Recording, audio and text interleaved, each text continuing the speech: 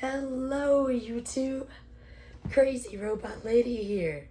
I'm so happy to be back. I may not be ready, that's true, but I wanted to get back in the saddle again. I've missed you guys so much. I've missed performing these videos and just hanging out with you people. It sucks being sick. As a New Year's present, guys, I got COVID. Yeah, doesn't that just suck? But that's what happened. So, if I should start barking during this presentation, I'm alright. I'm just shedding lung crap. I'm on enough medicine to swallow, to paralyze a horse. So I don't know if I'm gonna join Cricket in whatever exercises she has in mind today, because the room is sort of doing this. So I will stay firmly planted on my keister. So, without any more delay, I'm so happy to be here. Let's get to the tape. Today's adventure is Cricket takes a vacation. Now, I have never been to like a really big city, but the closest I've come is Atlanta, Georgia. At which case I will share with you at the end of side 1. So, without further ado, let's join Our Lady Cricket as she visits her Aunt Jane, who lives in a big city. It sounds like New York or Chicago or someplace like that. Now I'm gonna hush before my voice gives out and I won't be able to tell you my awesome story. So, let's go.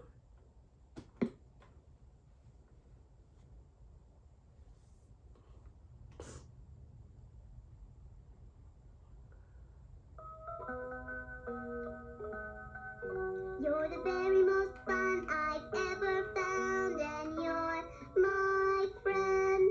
Hi there, this is Cricket talking to ya. Have you ever gone on a vacation?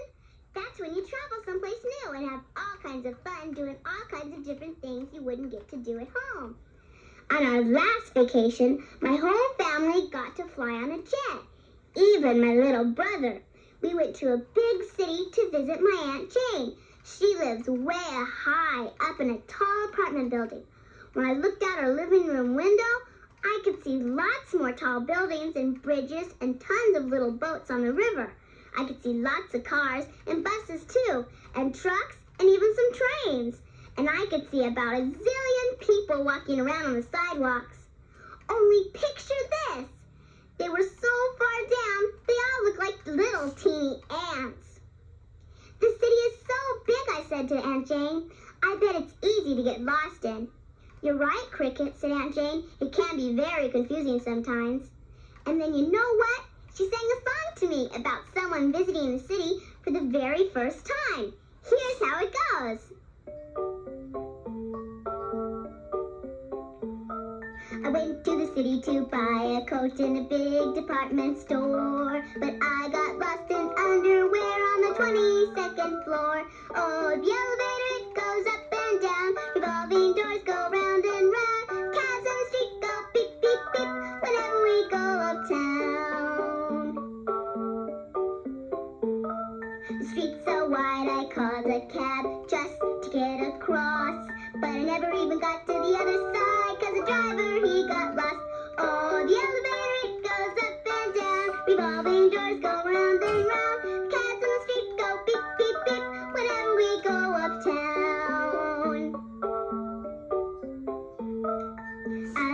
decided to take a stroll just around the park.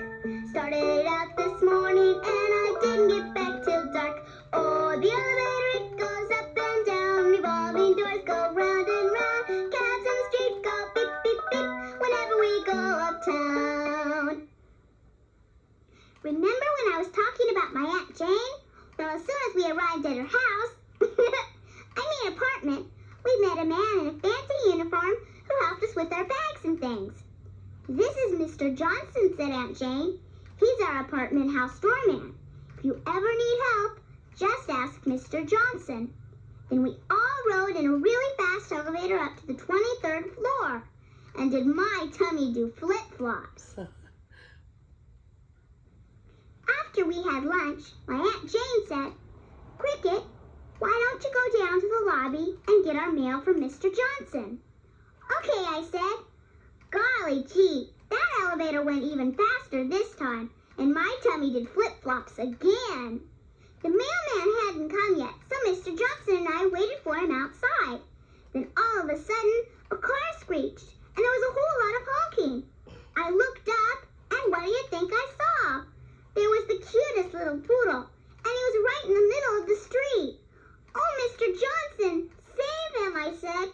So Mr. Johnson rushed into the street, scooped up the little poodle, and brought him back safe and sound.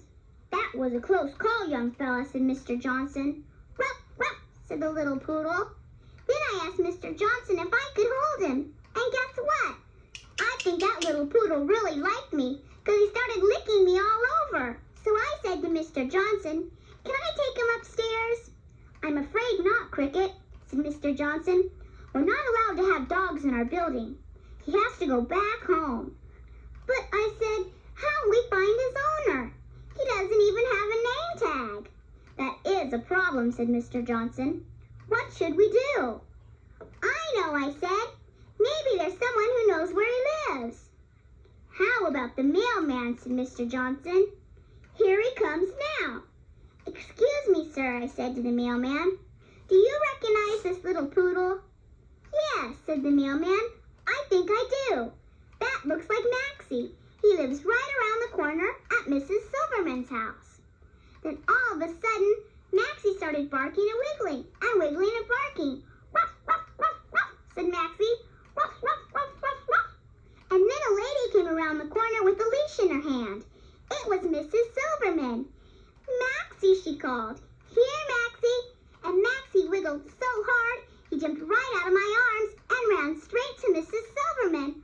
Oh, thank you, Mr. Johnson, for finding my Maxie, said Mrs. Silverman. I've been so worried about him. Don't thank me, said Mr. Johnson. It was Cricket here who spotted him. So Mrs. Silverman thanked me and said she wanted to give me a reward. But I asked her to get Maxie a name tag instead. I'll do that right away, said Mrs. Silverman. And she took Maxie home, and that little poodle barked ruff, ruff, ruff, all the way. Was that a cute story or what? Yes, it was. You know, it's not just little dogs that have trouble crossing the street in the city. It's kids, too. So I always make sure to cross the street with a grown-up. And of course, I know all about traffic lights. Red means stop, and green means go, and yellow means slow down. Tell you what, you can help me play a rhyming game with red and green. Listen carefully. When I say because the light is, you say red or you say green. Let's try one, and you'll see what I mean. A king stood on the corner, and next to him a queen. You may go, I said to them, because the light is green. I hope you said green. Green means go. Let's try another one. A moose stood on the corner, the biggest I have seen. You may go, I said to him, because the light is green. Green is the right answer. Green means go. Here's another one. A clown stood on the corner with a tulip on his head.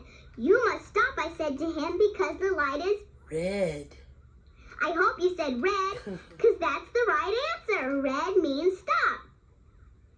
Here comes the last one. A bear stood on a corner. His name was Fearless Fred. You must stop, I said to him, because the light is red. The answer is red. Red means stop. How come you didn't do a yellow one? Remember that song Yeah, Jane taught me about the city. Well, I'd like to teach it to you now. Here's what you do. When I sing the elevator, it goes up and down. You go way up on your toes and then bend your knees and go way down. When I sing revolving doors go round and round, you put your arms straight out to the side and turn round and round. When I sing the cabs in the street go beep, beep, beep, you pretend you're honking a car horn. We'll do it real slow the first time. Ready? Here goes. The elevator, it goes up and down. Revolving doors go round and round. Cabs in the street go beep, beep, beep whenever we go uptown. The elevator, it goes up and down. Revolving doors go round and round. Cabs in the street go beep, beep, beep whenever we go uptown. Wow, are you great or what? We'll do this song again after our story.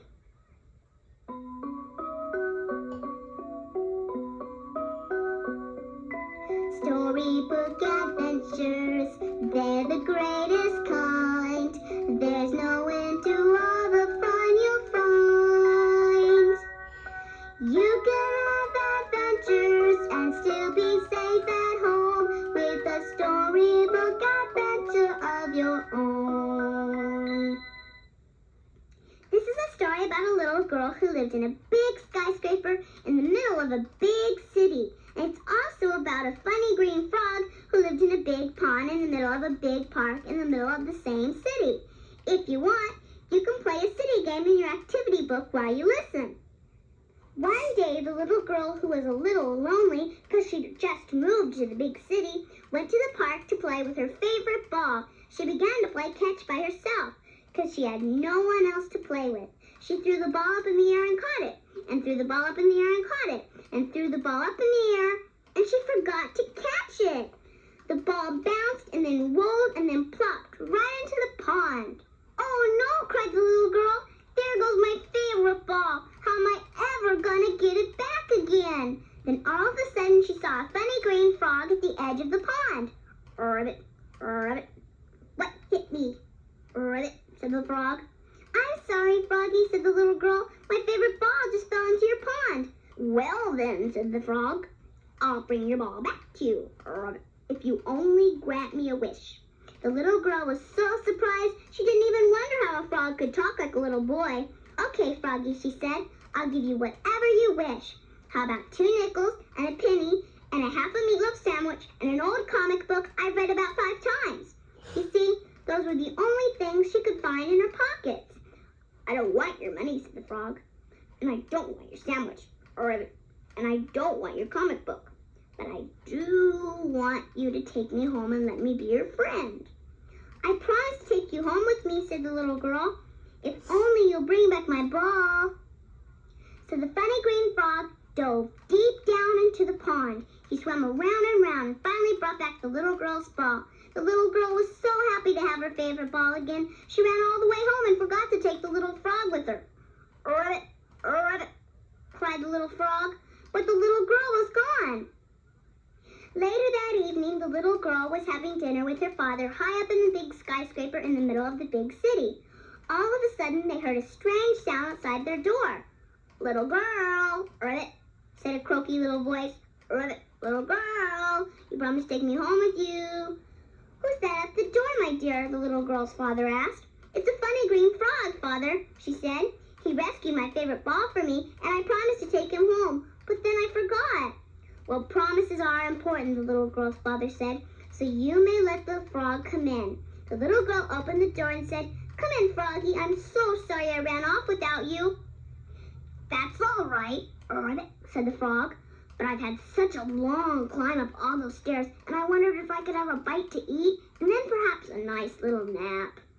Can Froggy stay? The little girl asked her father. Of course he may, her father said.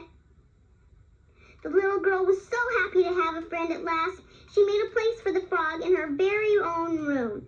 First she filled a big bowl full of water, and then she set the bowl on her windowsill, and then she put the frog in the bowl.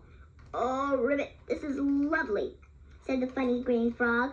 I can see all the lights of the city. Yes, said the little girl, And if you look down below, you can see her pond too. Then she blew the frog a kiss and laughed and said, "Good night, sweet prince." Next morning, the little girl jumped out of bed bright and early because she was so looking forward to playing with her new friend. But when she looked in the bowl, what do you think? The funny green frog was gone. But there was a note that said, "Come down to the pond as soon as you can." So the little girl took her favorite ball and went down to the big pond in the middle of the big park in the middle of the big city. She began to play catch by herself because she had no one else to play with. She threw the ball up in the air and caught it, and threw the ball up in the air and caught it, and threw the ball up in the air and forgot to catch it. The ball bounced and then rolled and then, "I've got it," said a little boy who was playing by the pond. "Oh, thank you," said the little girl. "Would you like to play catch with me?" "Alright," said the little boy. And so they did. And the little girl was so happy to have a friend again, she didn't even wonder how in the world a boy could talk like a little frog. Was that a sweet story or what? And now before we leave the city, let's sing the city song one more time. Remember, up and down, then round and round, then honk the horn. Here we go. Oh, the elevator, it goes up and down, revolving doors go round and round. Cabs to the street go beep, beep, beep, whenever we go uptown. I decided to take a stroll just around the park. I started out this morning and I didn't get back till dark. Oh, the elevator, it goes up and down, revolving doors go round and round. Cabs in the street go beep, beep, beep, whenever we go uptown. Oh, the elevator, it goes up and down, revolving doors go round and round. The cabs in the street go beep, beep, beep, whenever we go uptown. If you want, you can turn my tape over now and we'll go visit the farm. I'm so glad we could visit the city together. I've had a wonderful time. Just remember, I'll be talking to ya.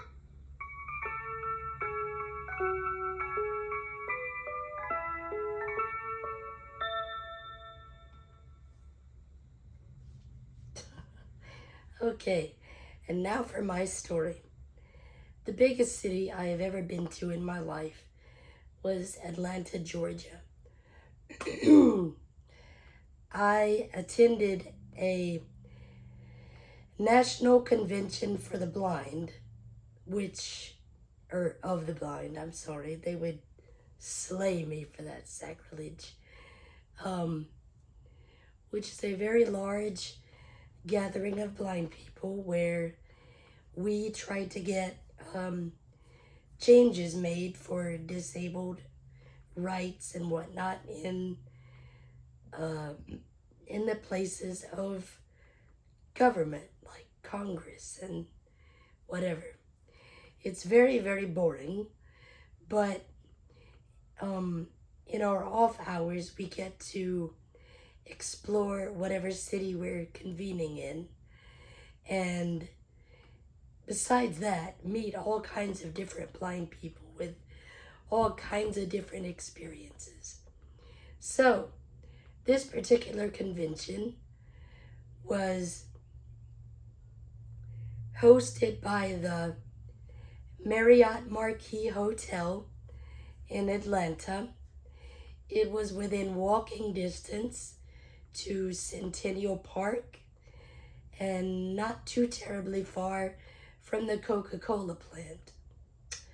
Well, in my happy exploratory state, I decided that I was going to join my roommates and go for a walk outside of the hotel and see some sights of the city. Well, there was so much going on, and I've never seen streets like that. Like, normally, the streets that I see, there's a block, and then there's a street, and then there's another side, another block. Oh no, this place, you walked across one street, and there was a ginormous stretch of sidewalk, and then you walked across another street, and there was another ginormous stretch of sidewalk. Now, these streets also did not have curbing, so it was very hard to tell when you physically entered the next street. The only way you could tell was these guys, I guess they were crossing guards or whatever, and they had these football player whistles.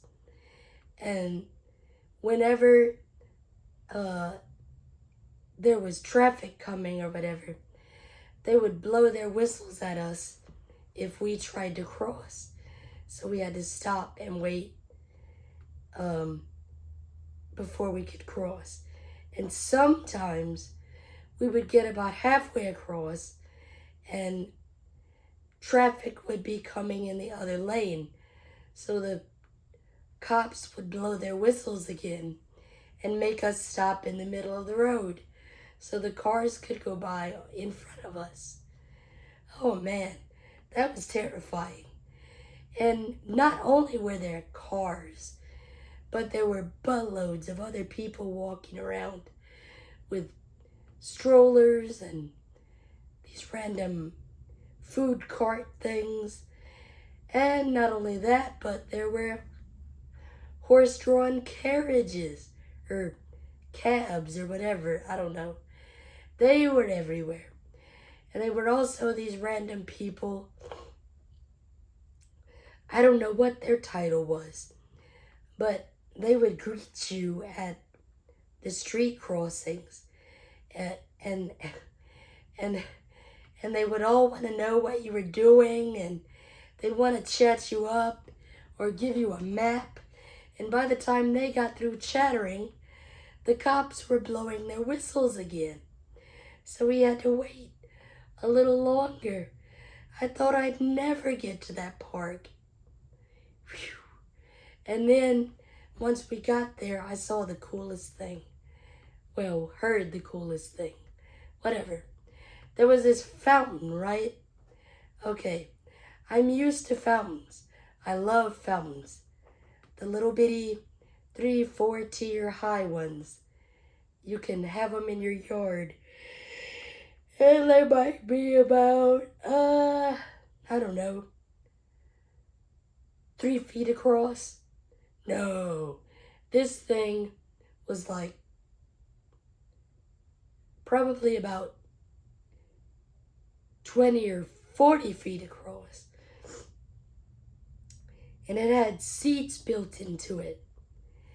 And I don't even know how many tiers and jets it had. It sounded like a true waterfall rather than a fountain. And here's the cooler part. It had like speakers and lights and crap built into it. And apparently when we got there, they were doing something called a water show. The way I see it, water shows, I don't know, it's like synchronized swimming or something. But this was with the actual water. And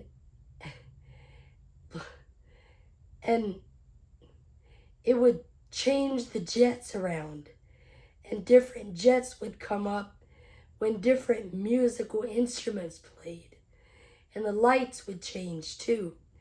I couldn't see them good enough to tell, but I could tell that some were going on and some were going off, and I'm sorry. Mr. Throw Max is kicking my butt right now. And they were changing brightness. They were changing positions, I guess along with the water. I mean, it was amazing. And after that, we went to the underground mall. Yeah, that was an adventure too. We went down so far that the pressure in my ears was changing. Oh yeah, and the hotel that I stayed in, oh man, that place was huge. I don't remember how many stories it had, but I was on the 17th floor. So I can totally empathize with Cricket and that flip-floppy feeling. Not only was my tummy flip-flopping, but my ears were popping too. And the way that thing was designed, guys, I don't like the hallways in that place. Okay? The outer sides, mainly the left sides, do not have walls. It's just a glass thing that goes about waist high on most people. It was shoulder high on me because I'm a shorty. But you could hear, it was like being on the edge of a wedding cake. That was the way the floors were stacked. It was round inside.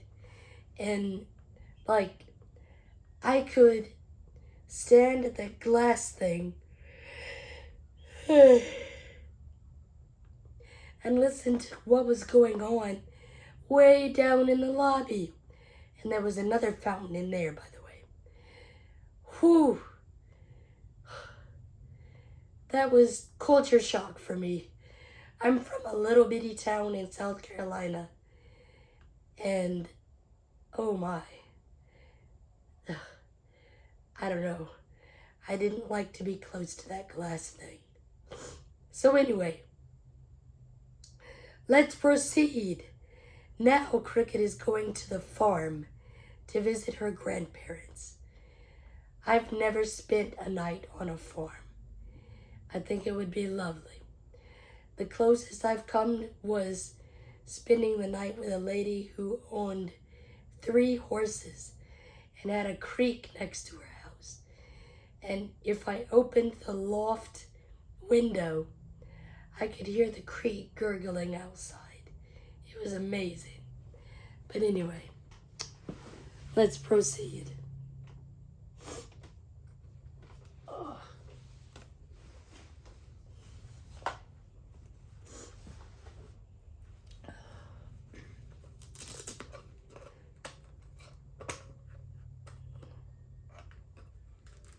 Come on, Cricket. Your skirt is being a pain in the rear.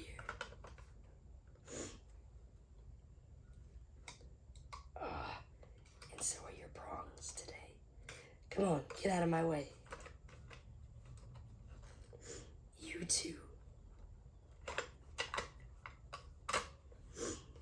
Even though I was able to bend them flat, they still don't have anything to anchor them, so they come forward and get in my way.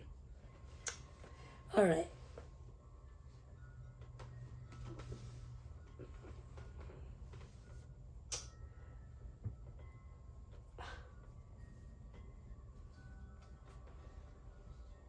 We not being a hooch here, Cricket.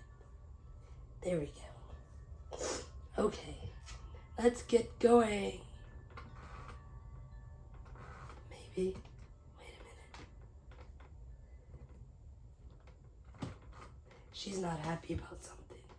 Hold on.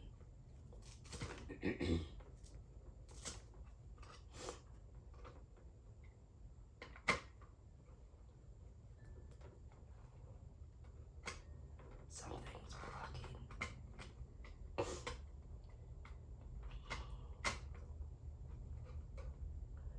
Sometimes this happens, guys. Oh, what is it, lady? Let's unbuckle this skirt so I can fully move this door around. Okay. There we go.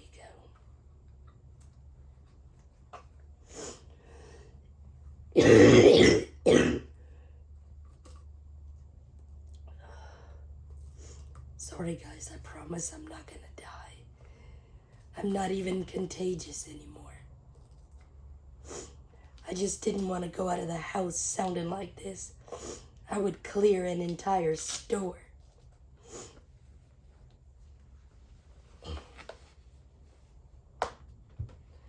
Okay, take two. There we go.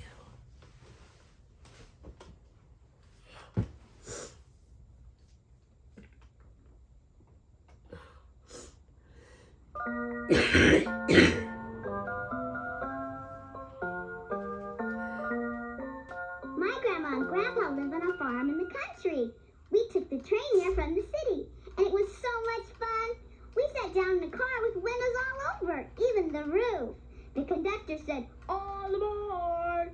and the train pulled out of the station.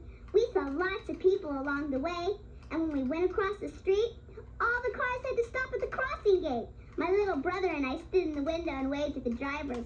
By the time we got to Grandma and Grandpa's house, it was really late. And dark, too.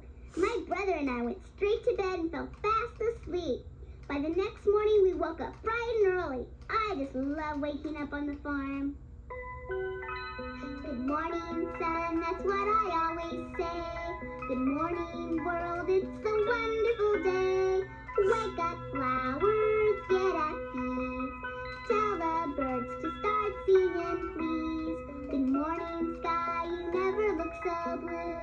Good morning, friends, we've got a lot to do. I got a feeling today's the day. Something grand is gonna come our way. Wake up, butterflies, spread your wings. Get up, bluebells, it's time to ring. Good morning, sky, you never look so blue. Good morning, friends, we've got a lot to do. I got a feeling today's the day. Something grand is gonna come our way. As soon as we got up, my little brother and I put on our clothes and ran downstairs. "I want to be a farmer, I want to be a farmer," my brother kept saying. "Well, young fella, you can't be a farmer," said my grandpa, "unless you have a farmer's hat." And then he took off his big straw hat and put it on my brother's head. Did he look funny or what? "But what does the farmer do?" my little brother asked. "He feeds the animals," Grandpa said. "So why don't the two of you go out and feed the chickens and the piglet and the baby goat?" "Look at me, Cricket. I'm a farmer, my brother kept saying, and we both ate breakfast as fast as we could. After breakfast, Grandma gave us some feed, and we went outside to the chicken coop. Cluck, cluck, cluck, cluck, cluck, to the chickens as I threw a handful of feed. They pecked and they pecked, and in about a second, all the feed was gone. My brother took a handful too, and he leaned way over the fence, but just then a big wind came along. "Watch out," I said to my brother, but the wind blew his hat right into the coop. The chickens must have thought it was something to eat, because they started pecking at it right away. "Oh no," said my brother, and he ran into the chicken coop to save Grandpa's hat. "Oh no," I said as the chickens started flapping all over the place. Well, it took about an hour, but my brother finally got his hat out of the chicken coop. "That's a pretty messy farmer's hat," I said, but my brother didn't care. "I want to be a farmer," he just said, and put the hat back on his head. Next, we got some table scraps and went over to the piglet's pen. "Oink, oink, oink," said the piglet as we sat on the fence and threw in the scraps. Just then another big wind came along. "Hold on to your hat," I said to my brother, but the wind blew his hat right into the pen. The piglet must have thought it was something to eat, because he started snuffling at the hat right away. "Oh no," said my brother, and he jumped into the pig pen to save Grandpa's hat. "Oh no," I said as he splashed mud all over me and everything. The piglet started chasing my brother, so I jumped in and I started chasing them both. Well, it took about an hour, but my brother finally got his hat back out of the pen. "That's a pretty muddy farmer's hat," I said, but my brother didn't care. "I want to be a farmer," he just said, and he put the hat back on his head. Next, we got some carrot tops and went over to the goat corral. "Bah, bah," said the baby goat as we gave him a carrot tops through the fence. Just then, another big wind came along. "Keep your hat on your head this time," I said to my brother, and this time he held on it good and tight. But then, guess what? The baby goat stuck his head through the fence and grabbed hold of the hat. He really did think it was something to eat. "Oh no," my brother and I said, and we grabbed onto Grandpa's hat back again. Well, it took about an hour, but we finally got that hat away from the goat. That's a pretty yucky farmer's hat, I said to my little brother. And this time he started crying and didn't put the hat back on his head. I'm sorry, kiddo, I said. Don't cry. You can still be a farmer. I don't want to be a farmer. I don't want to be a farmer, he cried. Just then, Grandpa came along. What's the matter, young fella, he said. My brother told him all about the chickens and the piglet and the goat, and then he showed Grandpa the hat. Grandpa just laughed and laughed. Don't worry, he said. I've got a dozen more hats just like it. And you know what? When I was a young whippersnapper about your age, the same thing happened to me. That made my brother feel a lot better. And it made me laugh thinking about my grandpa being a whippersnapper. Was that a funny story or what? Grandpa told us lots of stories about when he was a little boy on the farm, and he taught us a song he used to sing. It's called Bingo, and it's about a farmer and his dog. You might already know it, but if you don't, I'll teach it to you. Here's how it goes. There was a farmer, had a dog, and Bingo was his name. Oh, sing that much with me now. There was a farmer, had a dog, and Bingo was his name. Oh, good. Now we're going to spell the dog's name. Bingo is spelled B-I-N-G-O. And when you sing it, it sounds like this. B-I-N-G-O, B-I-N-G-O, B-I-N-G-O, and Bingo was his name. Now let's sing the whole thing all together. There was a farmer, had a dog, and Bingo was his name. Oh, B-I-N-G-O, B-I-N-G-O, B-I-N-G-O, and Bingo was his name. That was great. Let's sing it again. But this time, instead of singing the letter B, clap your hands. Try it. You'll see. I can't do it's that fun. much. Huh. There was a farmer, had a dog, and Bingo was his name. Oh, clap your hands one time. I-N-G-O, I-N-G-O, I-N-G-O, and Bingo was his name. Great, now this time clap your hands twice instead of singing the first two letters. Let's try it. There was a farmer, had a dog, and Bingo was his name. Oh, now clap 2 times. Come on. N-G-O, N-G-O, N-G-O, and Bingo was his name. This time clap your hands 3 times. There was a farmer, had a dog, and Bingo was his name. Oh, G-O, G-O, G-O, and Bingo was his name. Oh, are you great or what? You can sing that song with your friends and keep right on going. Clap 4 times and just sing the letter O. And then clap 5 times and don't sing any letters at all.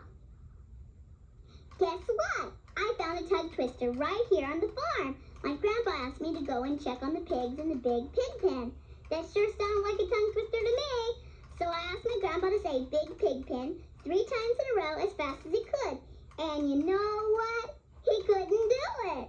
He laughed real hard, and then I tried to do it. I said, big pig pen, big pen, big pen. I couldn't do it either. Why don't you try it? Say big pig pen 3 times in a row as fast as you can. Big pig pen, big pig pen, big pig pen. I can do it. You can ask your friends Big to pig try pen. it. It's lots of fun. Big pig pen.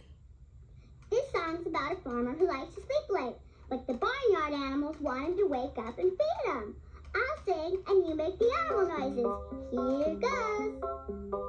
The farmer is sleeping, but the barnyard is awake. I'll get him up, said the cow, with all the noise I'll make. Moo, moo, moo, moo, moo, moo, get up for goodness sake. How can you keep on sleeping when we are all awake? I'll name another animal this time, and you help me make the sound. The farmer is sleeping, but the barnyard is awake. I'll get him up, said the hen, with all the noise I'll make. Cluck, cluck, cluck, cluck, cluck, cluck, get up for goodness sake. I can't do How it. can you keep on sleeping when we are all awake? Now you think of an animal and make the sound. Here we go. The farmer is sleeping, but the barnyard is awake. I'll get him up, said the Mule. with all the noise I'll make. Hee-haw. Hee-haw. Get up for goodness sake. How can you keep on sleeping when we are all awake? country. You can find all kinds of neat country things to do in your activity book. If you want, you can do one of them while I'm talking to you. Here goes. Once upon a time, there was a little mouse who lived in the same city as my Aunt Jane. I got to know him when I went there on vacation. The city mouse, that was his name, by the way, had a little cousin who lived in the country, and his name was the country mouse. The city mouse just loved living in a big city. He loved the crowded streets and the tall buildings and the bright lights at night. The city mouse always had lots of things to do and lots of places to go and lots of people to see. But one night the city mouse came into my room and said, "Cricket, I'm exhausted. Rush, rush, rush is all I do. I need a break." "What you need is a vacation," I said to the city mouse. "Why don't you come to the country with us?" "Splendid idea," said the city mouse. "I can visit my country cousin. Nothing ever happens in the country." So I made a nice comfy place in the shoebox, and I took the city mouse with me when we went to visit Grandma and Grandpa. I kept the shoebox on my lap the whole way on the train. As soon as we got to the country, the city mouse hopped out and headed straight for his cousin's house. "See you later," said the city mouse. "Have a good rest," I told him. "I'll pick you up in 2 days." The country mouse lived in a snug little corner of Grandma and Grandpa's barn. He was proud to show his city cousin all around his house. First he pointed out his clean straw bed, and then his cupboard full of food, and then they went outside to see his bath puddle by the water trough. "Good gracious, cousin, how can you bear to live in such a place?" said the city mouse. "No heat, no electricity, no running water. It's so old-fashioned. I shall have no trouble getting a good rest." Just then a huge tractor rumbled by. It was so big and noisy, it scared the wits out of the city mouse. But the country mouse was used to the tractors. He just looked at his trembling cousin and said, "Did you say old-fashioned?" "Never mind," said the city mouse. Then the country mouse introduced his cousin to some of his friends on the farm. They visited an old dog who was taking a nap, and a hen who was laying an egg, and a duck who was floating in a pond. As soon as the city mouse had smiled his last smile, he said, "Good gracious, cousin, how can you bear to spend time with such people? They're so boring. I shall have no trouble getting a good rest." Just then the cows came back from the pasture. They'd seen lots of things that day and told everyone all about it. They were so big and noisy, they scared the wits out of the city mouse. The country mouse was used to cows. He just looked at his trembling cousin and said, "Did you say boring?" "Never mind," said the city mouse. Then the country mouse invited his cousin to sit down to dinner. He put out his best seeds, his juiciest berries, and his choicest morsels. As soon as the city mouse sat down at the table, he said, "Good gracious, cousin, how can you bear to eat all this rubbish? No cheese, no peanut butter, no chocolate cake. In the city, I dine every night, only on the tastiest dishes." Just then, an owl happened to be flying by. He swooped down and tried to snatch the little mice. The country mouse was used to the owl, but it scared the wits out of the city mouse. He was so upset, he ran all the way to the house and hid under my bed. "What's the matter, City Mouse?" I said when I woke up.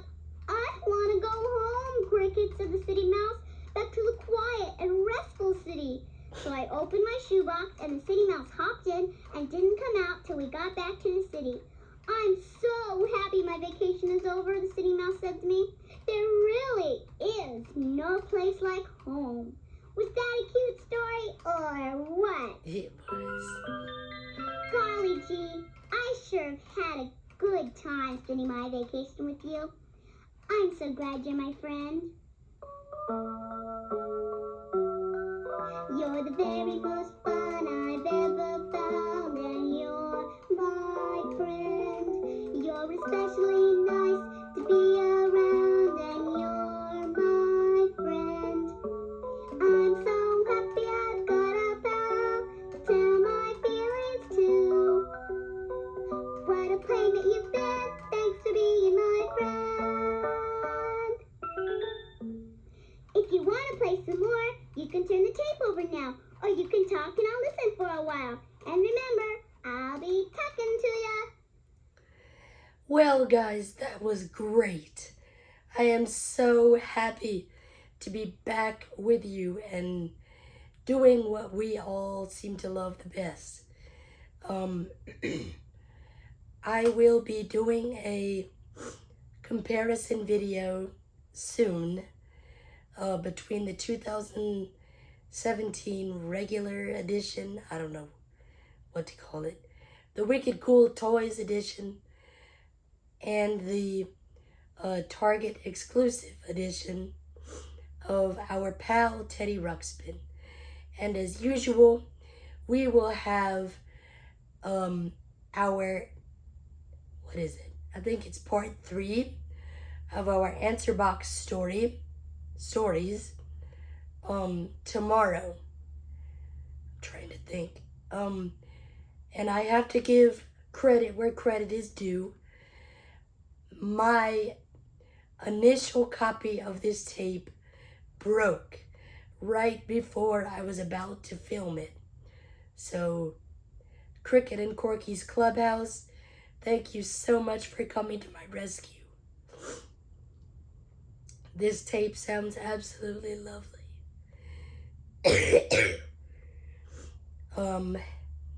And I'm not sure who all of you are, but I just wanted to welcome you to the channel. And if you have any suggestions, please feel free to put them in the comments. Same for if you have any questions or any robots that you would like to see. So, that brings us to the end of this video. As usual, like, subscribe, comment, click the notification bell so you will know whenever I upload new content. God bless, and I will most definitely, Lord willing, see you in the next video.